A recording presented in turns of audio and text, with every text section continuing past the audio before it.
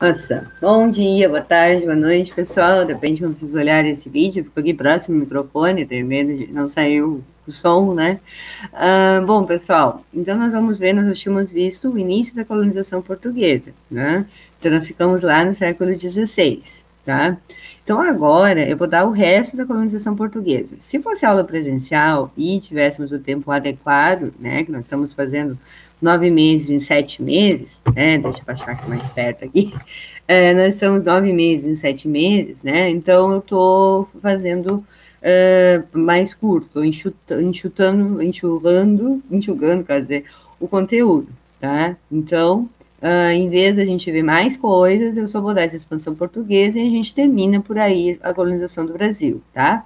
Se tivesse presencial, tivesse mais tempo, eu daria para vocês questões para analisar, de faria seminário, com um livro bem interessante sobre a cultura do Brasil e tudo mais, Brasil Colônia, questões do dia a dia, mas não vai dar para fazer, tá? Então vai ser isso aqui, tá bom? Então vou dar a expansão portuguesa, né? São outros aspectos, né? Porque nós vimos só a questão das capitanias hereditárias, a questão dos indígenas, e agora nós vamos até o século XVIII, tá? Eu vou dar só um breve vislumbre sobre isso. Nem é muito comprida, a aula vai ser curta, até porque não tem muita coisa para falar. Eu geralmente, às vezes, também falo um pouco de Rio Grande, porque até minha tese de doutorado foi sobre isso, sobre a disputa de Portugal e Espanha por Rio Grande, né? Então, eu falo disso, né? E tem muita coisa interessante que eu até gostaria de levar vocês para passear e conhecer. Conhecer não, olhar e tentar imaginar o que acontecia na época, tá? Porque é palco dessa história justamente a igreja que a gente tem ali de São Pedro, né? O canal ali, tudo isso é palco daquele período da ocupação espanhola, tá? Então tá, eu acho que vocês já estão vendo o slide, né? Então eu já vou, mas eu olhar o slide aqui tá minimizado. Tá lá que eu fui olhar o final, estava corrigindo umas coisas dos slides, tá? Então, expansão territorial, né? Então, como vocês viram, né, tinha o Tratado de Tordesilhas, só que Portugal nunca respeitou o Tratado de Tordesilhas, né? Até porque como os espanhóis não ocuparam a parte que seria Mato Grosso hoje em dia, Rio Grande do Sul, toda essa parte, né, toda aqui, centro-oeste, toda essa parte centro-oeste, toda a parte norte, Amazônia, né, os portugueses aproveitam para se expandir, tá? Uma das características da colonização portuguesa é ficar na costa primeiro, né? Aqui, ó, como vocês podem ver nesse primeiro mapa aqui, século... Ai, nem aparece direito aqui por causa do desenho. Mas é até século XVII aqui, né? 17 aqui 18, tá? Então, 17, vocês veem que ele está só na costa, né? Portugal, ele ocupa mais a costa do Brasil, né? Tanto que, por isso que as maiores, muitas das capitais, elas são nas costas, né, do Brasil, né? Algumas não, exceção São Paulo, por exemplo, né, e outras, mas muitas delas estão na costa brasileira. As maiores cidades, geralmente, estão nas costas brasileiras, né? Exceção São Paulo, né? São Paulo não estava no litoral, né? São Paulo estava mais para o interior, né? Ele fica bem no alto até, uma cidade mais fria até, porque fica no alto mesmo, né? Mas Portugal, ele ocupa mais o litoral, né? Ele gosta de praia, né, gente? Tô brincando. Mas depois vem as bandeiras e tudo mais, e aí sim, aí começa a ocupar partes da Amazônia, Rio Grande do Sul e tudo mais, né? E aí nós vamos ver por que será, e aqui são os diversos tratados, tá? Entre 1713 e 1801, que tem, né? Então é que aparece em 1713, não tem o Acre e metade do Rio Grande do Sul. Aí depois consegue ficar com todo o Rio Grande do Sul, que aí está a disputa de Rio Grande. Que isso eu vou falar bem no finalzinho, brevemente, sobre essa disputa sobre Rio Grande, tá? Que Rio Grande ele é fundado justamente por causa de Colônia e Sacramento, que era para ter acesso à prata da Espanha, né? E a Espanha não vai gostar nem um pouco disso, né? Mas aí depois eu vou explicar essa parte. Tá? Primeiro vamos ver quem são os atores e atrizes, né, entre aspas, né? Só colocando como se fosse um grande teatro, mas não foi um grande teatro, óbvio, né? Houve sofrimento, houve dor, houve alegrias também, houve de tudo, né? Sobre essa ocupação, essa colonização portuguesa, né? Então, quem é que participou, né? Como é que foi, como é que se deu essa colonização, essa expansão portuguesa, tá? Então, tinha as pessoas marginalizadas de Portugal, isso a gente já viu na outra aula, né? Que eram aquelas pessoas que eram criminosos, ou que eram judeus convertidos, prostitutas, entre outros, até acusados de bruxaria também, eram enviados para cá, em vez de serem queimados, eram enviados para cá, tá? Tropeiros, indígenas, africanos, governo em geral, bandeiras e entradas e os jesuítas, tá? Essas são todos os que ainda existiam, vamos dizer assim, que fazem parte do mosaico do Brasil colônia, tá? Os tropeiros que vão ser muito em relação aqui ao Rio Grande do Sul, que seria o atual Rio Grande do Sul, tá? Sul do Brasil. Então, vamos falar sobre alguns. Jesuítas, né? Os jesuítas, eles foram muito importantes, de uma certa forma, para proteger os indígenas dos bandeirantes. Quem eram os bandeirantes? Eram homens portugueses que decidiam, ou nascidos no Brasil já, né? Que decidiam ir em busca de riqueza, em busca de ouro, prata, pedras preciosas e também escravizar indígenas, né? Então, eles faziam amizade com alguns indígenas, com uma tribo, e saíam Brasil adentro, meses e meses e meses de exploração, e aprendendo com os indígenas, e tendo guerras intertribais e tudo mais, e explorando o Brasil adentro, tá? E o que acontecia? Os jesuítas, eles queriam catequizar os indígenas, e é interessante o sistema que eles criaram, os jesuítas, porque eles vão criar um sistema comunal, né, e como se fosse o cristianismo primitivo, né? Então, eles vão tentar fazer uma sociedade ideal ali, né? Então, tem duas versões para a questão dos jesuítas. Tem a versão romantizada, que é a versão, eles salvaram os indígenas dos bandeirantes, eles protegiam os indígenas, eles civilizaram os indígenas, né, catequizaram, né, tiraram da barbárie os indígenas, essa parte romântica que tem, né, e a parte crítica, né, qual é a parte crítica? É que se quis destruir a cultura indígena, na verdade, né, porque o jesuíta, ao catequizar o indígena, ele tenta destruir a cultura dele, né, ele tenta fazer com que o indígena pense como europeu, né? Então, eles ensinavam escultura, música, o latim, eles ensinavam português, espanhol, né? No caso, os jesuítas espanhóis e portugueses, né? Ensinavam a escultura, música, muitas questões artísticas e a questão da catequese, né? Então, transformar eles em católicos, né? Coisa que eles não vão conseguir. Eu até tenho uma amiga do México que me perguntou isso, né? Porque no México foi muito forte, a colonização espanhola foi diferente, depois a gente vai ver a colonização espanhola, como é que foi. E os astecas, praticamente, os descendentes, né, praticamente são católicos, né? O catolicismo é muito forte lá.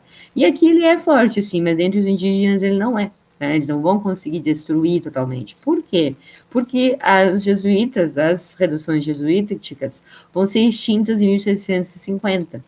Então, com essa extinção, os guaranis voltam a morar na floresta, né, e continuam com suas tradições indígenas, tá? Então, por isso eles não vão conseguir catequizar totalmente o indígena. O indígena tem a sua religião, né? Ainda bem, né? Preservou a sua religiosidade, a sua língua, tudo isso foi preservado, né? Mas, então, tem essas duas visões sobre o jesuíta, tá? Então, eles queriam salvar as almas dos indígenas, né? E até eu li os diários do Nóbrega, né? Do Anchieta, não, do Nóbrega, eu li o diário, tive a oportunidade de ler, no arquivo lá na Espanha, e ele fala realmente, eles queriam salvar as almas, acreditavam realmente que eles tinham que salvar as almas dos indígenas, né, porque eles não acreditavam em Deus, eles não tinham cristianismo, eram como crianças, todas as crenças que eles tinham, esses preconceitos, né, então eles tinham que salvar o indígena, né, então eles começavam a catequizar, tá, eram pontos estratégicos nas fronteiras, tá, então assim, era um projeto da igreja e também era um projeto dos governos, dos reis, tá? Tanto de Portugal como da Espanha. Tanto que eles estavam localizados sempre, as missões jesuíticas sempre estavam localizadas nas fronteiras, tá? Nas fronteiras, né, no caso, né, de Portugal e Espanha, é uma fronteira que estava sempre se mexendo, né? Não era uma fronteira definida, estava sempre se mexendo. Os portugueses não paravam de andar, né? Os portugueses eram inquietos, tinha formiga naquele lugar, não posso falar, né, gente? Mas não paravam de andar para cá e para lá, né? Então os portugueses não paravam a sua expansão, né? Então, isso que eu falei, né? Só que depois eles vão ser, como eu falei para vocês, vão acabar com as missões jesuíticas em 1750. Por que isso, gente?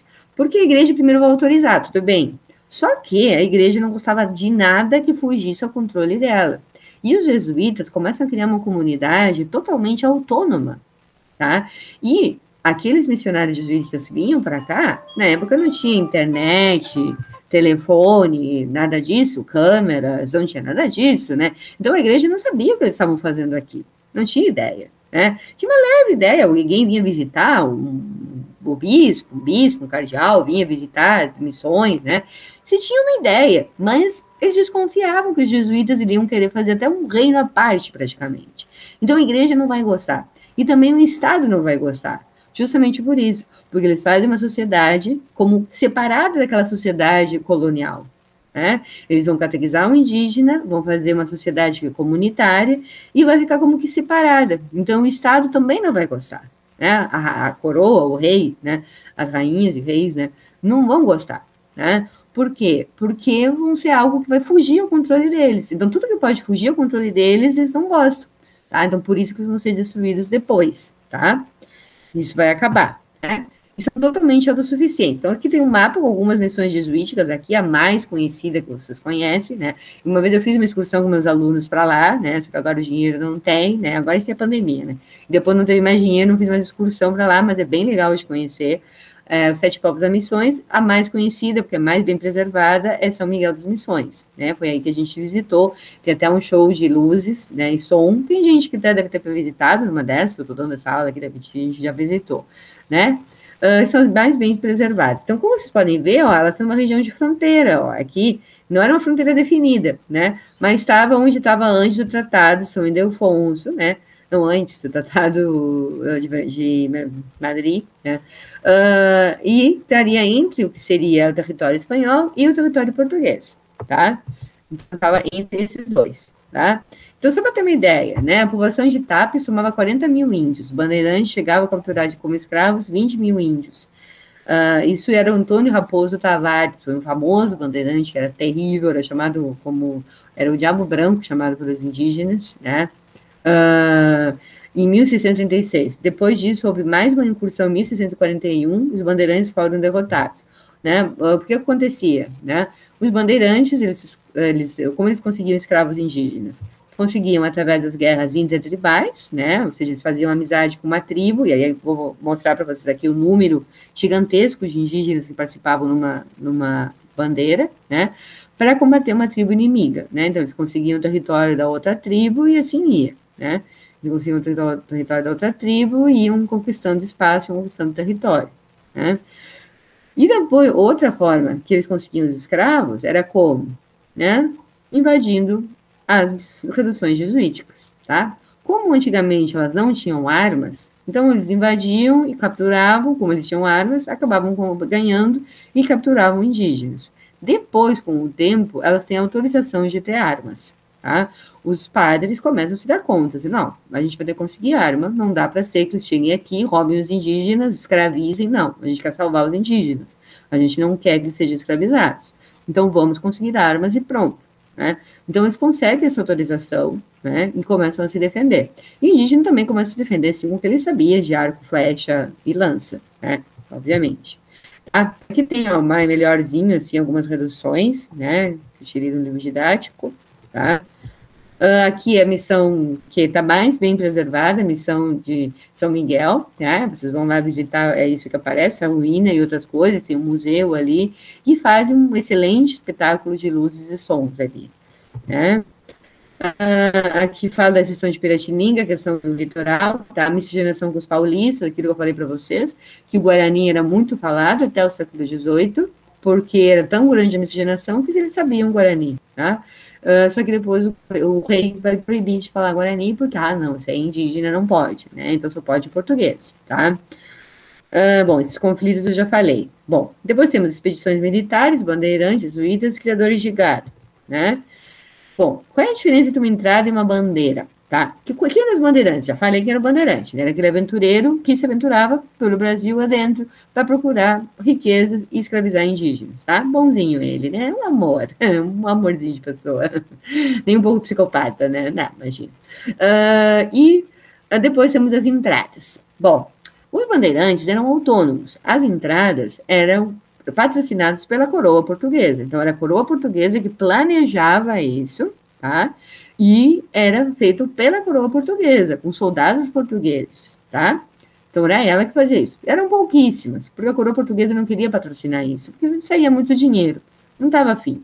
Então, o que ela fazia? Usava as bandeiras, mas estava de olho, muito olho, assim, ó, olho no olho com os bandeirantes. Por quê?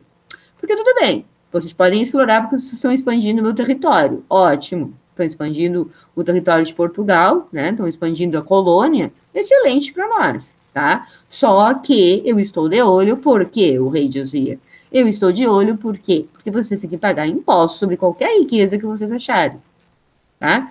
Então, tinha essa dubiedade em relação aos bandeirantes com a coroa, tá? A coroa via com bons olhos, porque eles ajudavam na expansão, ajudavam na descoberta de novas riquezas do Brasil, só que, ao mesmo tempo, queria impostos, queria ganhar com isso, né, gente? Não era boba nem nada, né? Então, para ter uma ideia, tá? Isso aqui eu tirei de um livro didático, tá? É um exemplo de uma verdadeira bandeira, tá? Eram, olha só, 69 portugueses, 900 mamelucos eles chamavam quem era brasileiro, vamos dizer assim, tá? Que era uma mistura de português com brasileiro, né? Desculpa, português com indígena, tá? Ou nascido aqui no Brasil. E mais 2.000 indígenas. Olha essa quantidade de indígenas, 2.000 indígenas, gente. Ainda mais a capacidade de articulação de tanta gente, né? 2.000 indígenas e só tinha 69 portugueses, tá? E 900 que seriam brasileiros, aí eram chamados de mamelucos, ainda não eram chamados de brasileiros, tá? E 2.000 indígenas, então só de indígena tinha o dobro dos outros, tá? Então, muito mais, então, para vocês verem a importância que tinham os indígenas para as bandeiras, tá? Se não fosse a ajuda dos indígenas, eles não poderiam ter feito nada. Tá? Eu não conhecia o território, não conhecia sobre plantas venenosas, sobre animais perigosos, sobre antiofídicos, não conheciam nada. Então, se não fossem indígenas, não fariam absolutamente nada, né? Então, só para vocês terem uma ideia, né? E aí fica essa reflexão, que isso vocês já viram na aula passada, né? Se tinha uma unidade indígena, né? A gente já viu que não tinha, tá? Justamente, eles não tinham essa visão de que eles estavam sendo colocados um contra o outro para poderem ser dominados, né? E era o que os portugueses faziam, né? Os portugueses, né, faziam isso, faziam amizade com uma tribo, e aí brigavam com outra tribo para poder pegar, escravizar e dominar, e pronto, né? Então, era isso que eles faziam, né? Então, não havia uma unidade indígena, tá? Até hoje em dia, eles têm um pouquinho de ranço um com o outro, mas é verdade. Caigangue e Guarani não se dá muito bem. Só que, claro, não tem briga, né? Até porque eles têm agora uma noção que eles têm que se unir para lutar pelos seus direitos, tá? Porque senão eles perdem tudo, né? Senão, se eles brigarem, eles perdem tudo, tá? Então, não adianta ter rixinha de um ou outro, né? Mas, na época, então, não tinha nenhuma unidade. Tinha muitas guerras entre tribais. Então, isso ajudou na dominação portuguesa. Ou divide e conquistarás, típico, né, dos romanos. E a coisa que também os franceses vão fazer, os holandeses vão fazer a mesma coisa. Vão fazer amizade com uma tribo para derrotar a outra, né? Então, por isso eu vou colocar aqui, né, os bandeirantes podem levar a fama de intrépidos sozinhos, né? Porque qual é a romantização do Bandeirantes? Tem toda uma romantização do Bandeirantes, e até em São Paulo, que eu fui visitar, né, tem várias estátuas gigantes estátuas sobre os Bandeirantes, né, tem várias estátuas sobre Bandeirantes, e eles são muito romantizados, né, como, eram corajosos, eram intrépidos, eram viris, eram fortes, eram sagazes. Gente, isso não. Eles não fizeram nada sozinhos. Como eu falei, sem o indígena, eles não eram ninguém. Eles dependiam 100% do indígena, tá? Agora, é claro que eles tinham espírito aventureiro, sim, tinham, né? Espírito aventureiro e muita ambição, tinham, né? Só que não eram nada sem o indígena, eles não agiram sozinhos, né? Então, isso tem que ser desconstruído da mentalidade das pessoas, né? Principalmente os paulistas acham que só os bandeirantes que agiram. Não, os bandeirantes mandavam, mas os indígenas que ajudaram. Tá? E a questão do mito do bom selvagem, né, que é essa questão em que as pessoas acham que todos os indígenas se davam bem, que eram bonzinhos, que não faziam guerra, isso também é um mito, tá, gente? O indígena não, fazia muita guerra, muita batalha, não se dava bem uma tribo com a outra, viviam brigando, né, e por isso mesmo que foram dominados, tá? E jesuítas, essa questão que eu já falei para vocês, né, que é a polêmica, né, se era uma salvação ou uma aculturação, né, porque eles conseguiam salvar o indígena da escravidão, mas, ao mesmo tempo, aculturavam o indígena, né? Aculturar o quê? Pegar a cultura do outro e passar por cima e botar a tua cultura, né? Então, queria tornar eles cristãos e queriam ensinar a língua portuguesa, queriam ensinar o canto, que seria o canto eclesiástico, vamos dizer assim, né? Vão ensinar a escultura também, vão fazer as imagens das igrejas, ajudar a construir igreja, tudo isso, né? Tá, isso aqui eu já falei, tá. Descobertas de pequenas... Aí, recém depois, no final do século XVI, aí 18, tem descobertas de pequenas jazidas de metais preciosos e pedras, né? Aí, eureka, eureka, descobrimos o ouro, grande emoção, né? Lá para São Paulo, Minas Gerais. E Minas Gerais tem esse nome por isso, né? Minas Gerais, né? As minas, né? São descobertas. Vocês sabem, né, que o ouro, grande parte do ouro era de aluvião, né? Aquele que o pessoal, não sei se vocês já viram em alguma série, tinha muitas séries muita novela passava isso, eu lembro de ver, e série não, tô viajando, era novela, mas de época, né, ou algum filme de época, dessa época, mostra e até hoje se colhe assim, alguns colhem assim ouro, que era nos rios, né, eles pegavam tipo uma peneira, ficavam o dia inteiro ali, né, tinham que pegar a água, ficar peneirando, assim, pegavam um cascalho junto, e aí peneiravam e achavam o ouro. Tá? Então, era desse jeito e também através das minas, tá? E aí, o que vai ficar bem famoso, que aí eu tenho outro slide que eu mostro em Minas Gerais, né?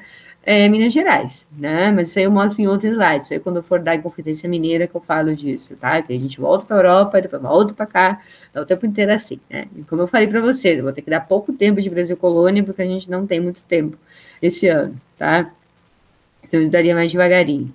Bom, então eles conseguem descobrir pedras preciosas. Tá? Então, tem o tal do quinto, né, que Portugal vai começar a cobrar, que é 1/5 de toda a riqueza descoberta, né? Então, esses pares vão começar a crescer, tá? Que são as chamadas monções. O que acontecia? Quando eles descobriam ouro numa região, né, eles começavam a trabalhar ali, fazendo as minas, o ouro de aluvião, né, os rios e tudo mais, né? E tem que ter o quê? Comércio. Tem que ter as pessoas que vão vender as coisas que eles precisam, não vão viver só de ar e água, né? Eles precisam de comida, precisam de roupa, precisam de instrumentos, então vão começar aí os comerciantes a vender o que eles precisavam. Então, essas regiões onde se descobrem as jazidas de ouro e pedras preciosas começam a crescer muito.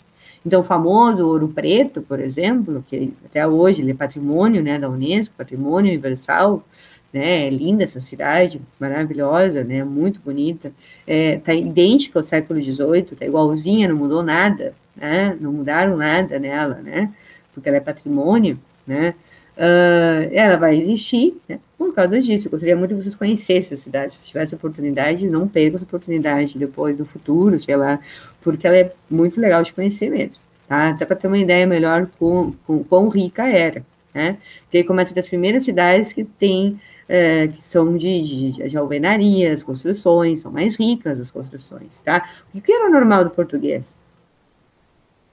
As primeiras cidades portuguesas, né, praticamente não eram cidades, eram como se fosse um acampamento, porque como estavam sempre se mexendo, era quase que uma aldeiazinha, tá? Eram casas de pau a pique e tal, e deu, tá? E eles continuavam, e se mexiam, né? Então, não tinha nada muito de alvenaria, nem nada. E aí, as primeiras cidades belas que vão surgir, vai ser Ouro Preto, por exemplo, né? Que aí vai ter casa de alvenaria, bem instalado, tudo. Por quê? Porque ali foi descoberto ouro, prata e pedras preciosas. Então, não, vamos ficar por aqui, né? Vamos fazer uma cidade aqui, bonita, porque não tem por que se mexer mais, vamos ficar aqui, entendeu? Rio Grande, por exemplo, que foi fundado em 1763, né? Que agora eu vou chegar no mapa, tá? Aqui tá, né, que eu falava dos bandeirantes idealizados, né, então olha só, esse monumento que tem gigantesco, que é em relação aos bandeirantes, e mostra os bandeirantes à frente, e na verdade à frente estariam os indígenas, não os bandeirantes, ninguém conhecia o caminho, quem era? O indígena, o bandeirante não sabia nada, né, o indígena nem conhecia, né, vamos para o sul, vamos para o leste, isso era o português que inventa as direções, né, mas o indígena que sabia onde ir, para onde ir, né, então tá até mal feito esse negócio. Tá? E aí tem estátuas também, né, eles. Bom, aqui eu falo do Rio Grande do Sul. Ó, o que acontece, gente? Olha, qual era a treta, tá? Em 1680, tá? Toda essa região aqui pertenceria à Espanha, tá? Nós falaríamos espanhol, tá? A Espanha tinha Cusco, tá? Não me enganei, Cusco, tá? Lá no Peru atual, onde tinha prata. Tá? Isso aqui é o Rio da Prata, esse aqui, ó, esse aqui é o Rio da Prata, aqui, ó. Por que esse nome? Porque onde escoava toda a prata que vinha do Peru, vinham pelos rios navegando, e vinham trazendo, ou até de mula também, mas melhor pelos rios, e escoavam a prata para as partes sul das colônias espanholas, que seria a atual Argentina, a atual Uruguai, tá? Então, o que eles vão fazer? Eles vão fundar colônias do Sacramento, tá? Que está bem aqui, ó, bem aqui. Em plena, olha só, a audácia dos portugueses, tá? A coroa portuguesa vai decidir fundar a colônia do Sacramento para conseguir prata. Como? Eles fundam a colônia do Sacramento e Buenos Aires, por exemplo, que está bem na frente aqui, era uma cidade que não era muito bem atendida pela sua coroa, tá? Porque era, digamos assim, secundária, né? As principais colônias, digamos, da Espanha eram no México, obviamente, e Peru. Eram as mais importantes, porque tinham ouro e prata de montão. Tá? As outras eram só questões estratégicas mesmo. Acabou ocupando todo o resto da América do Sul, mas por questões estratégicas. Tá? Então, Buenos Aires era só estratégico. Tá? Então, eles vão receber só 2 caravelas por ano, com todos os mantimentos que eles precisavam. E atenção, como eram colônias, eles não podiam produzir nada dentro da colônia que fosse produzido na metrópole. Era proibido fazer isso. Tá? Isso tanto na portuguesa como na espanhola. Tá? Então, eles passavam necessidade de coisas básicas, né? Não digo de alimentos, porque eles plantavam e tudo, mas, sim, até às vezes de alimentos. Mas, assim, por exemplo, facas, talheres, roupas, mobiliário para casa, coisas básicas. Eles faltava isso, né? Porque imagina, eram 2 caravelas por ano que chegavam com mantimento, e às vezes nem chegava, às vezes chegou uma tempestade, dava um mau tempo, acontecia algum problema e nem sequer chegavam ali, tá? Então, era pessimamente mal provista, tá? Então, o que pensam os portugueses? Vamos fundar a colônia de Sacramento ali, né? E a gente comercializa com eles e consegue a prata. Entendeu? Eles vendiam os produtos e os outros pagavam com prata. E aí eles conseguiam a prata, né? Obviamente que a Espanha vai ficar de cara com isso, tá? Vai tentar destruir a colônia de Sacramento umas 5 vezes, pelo menos, tá? Um monte de vezes, vai passar para um, vai passar para outro lado. Não, a colônia de Sacramento era uma loucura, né? Aí fazia um tratado e passava para um lado e passava para o outro, e aí a Espanha derrotava, e aí voltava, e ia, voltava, era uma loucura. Até que Portugal, né, no último tratado que teve, fica a colônia de Sacramento com a Espanha, tá? Então, Portugal diz assim, pois bem, eu vou embora daqui, mas vou fundar um lugar que é perto de Colônia do Sacramento, para poder conseguir a prata e ficar de olho aí, né? E proteger também as minhas minas que eu descobri, né? Que estão mais ao norte, Minas Gerais, né? Tem que proteger, né? Porque talvez os espanhóis quisessem pegar, né? Então, eles fundam Rio Grande, né? Nós estamos aqui, né? Rio Grande, né? Bonitinho, tá? Então, Rio Grande vai ser fundado em 1763. Desculpa, essa foi a ocupação. 1700, ai meu Deus, 1637, tá? Deu um branco. 1637, tá? Vai ser fundado o Rio Grande. Justamente para quê? Para poder ficar de olho, tá? No território ali do Prata, tá? Para ficar perto. E para poder contrabandear bastante gado, tá? Eles viviam roubando o gado dos espanhóis para usar, para carnear, tá? Porque até hoje em dia, quem vai para o Uruguai fala,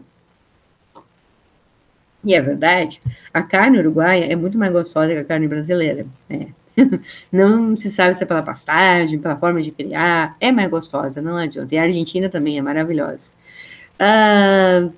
É pela questão, sei lá, do pasto, sei lá. Então, desde aquela época, eles adoravam roubar e contrabandear mulas e também gado de lá. Eles viviam roubando. Era uma forma também de combate, né? Porque tinham as fortalezas, Fortaleza Santa Teresa, ou seja, alguém deve ter ido aí para o Chuí, para essa fortaleza, né? E outras fortalezas, os espanhóis tinham, então uma forma também de enfraquecer era tirar o rebanho que eles tinham, né? Para se alimentar, né? Então era uma forma também, uma estratégia de enfraquecer o inimigo, né? Então eles roubavam os rebanhos, tá?